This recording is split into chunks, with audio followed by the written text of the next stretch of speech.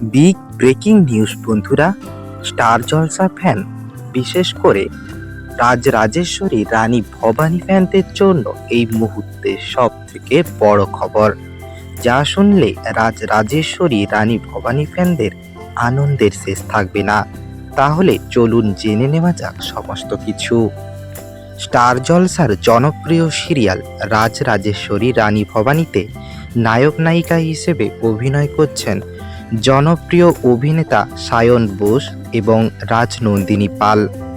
কিছুদিন আগেই রাজরাজেশ্বরী রানী ভবানী সিরিয়ালে প্রধান নায়ক অর্থাৎ নাটোরের রাজা রামকান্তের মৃত্যু দেখানো হয়।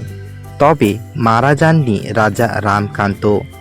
তবে খুশির খবর হলো এই যে খুব শীঘ্রই ধারাবাহিকে ফিরছেন রামকান্ত অর্থাৎ অভিনেতা সায়ন বোস।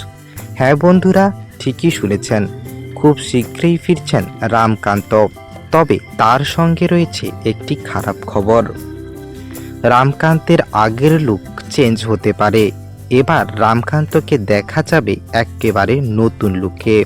তো কে কে রামকান্ত তথা সায়ন বোস এর ফেরার খবর শুনে খুশি হলেন অবশ্যই কমেন্টে জানাবেন।